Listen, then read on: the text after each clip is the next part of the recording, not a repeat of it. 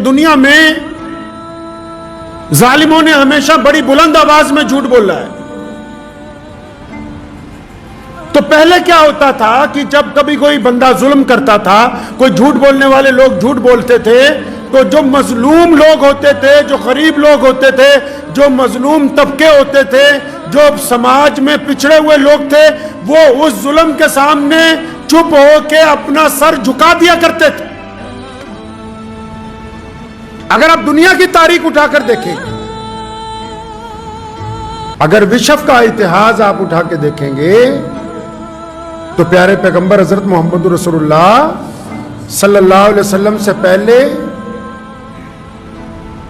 جو ظلم کرنے والی طاقتیں تھیں، ان کے مقابلے میں یا جن لوگوں پر ظلم ہوتا تھا، وہ لوگ خاموش ہو جاتے تھے، چپ ہو جاتے تھے، تسلیم کر لیتے تھے. تو نبی علیہ الصلوۃ والسلام نے کیا کیا؟ ظلم کا جواب ظلم سے تو نہیں دیا جا سکتا، جھوٹ کا جواب جھوٹ سے نہیں دیا جا سکتا، بے ایمانی کا جواب بے ایمانی سے نہیں دیا جاتا، ریاکاری کا جواب ریاکاری سے نہیں ہوتا، گھمنڈ کا جواب گھمنڈ نہیں ہوتا. اب جو پلڑا ہی پہلے برابر نہ ہو، ایک طرف طاقتور لوگ ہوں، دوسری طرف کوئی کمزور طبقہ ہو، تو پلڑا تو برابر نہیں نہ ہو سکتا.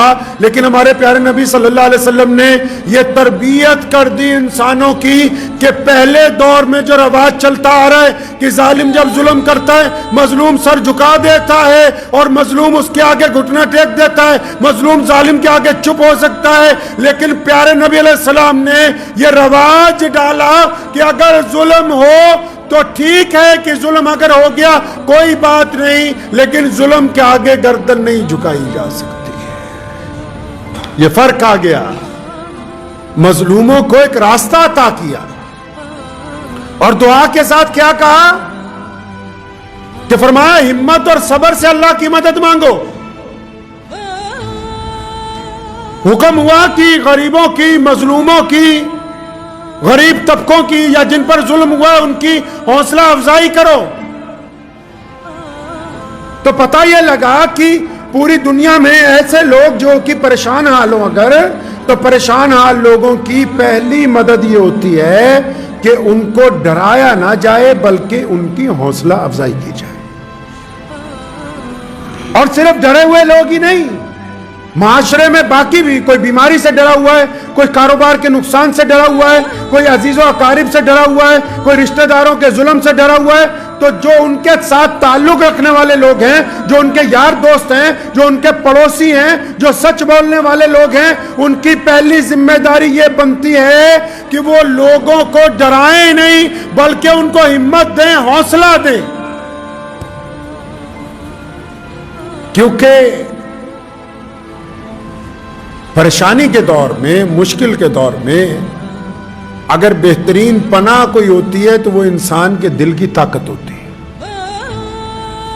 اور جب ساتھ والا، کوئی اس کا دوست، کوئی اس کا پڑوسی کسی کی ہمت توڑ دیتا ہے تو وہ صرف اس کی ہمت نہیں توڑتا بلکہ اس کے ذہن کا، اس کے دل کا، اس کے جسم کا، اس کے کاروبار کا، اس کے خاندان کا نقصان کرتا ہے.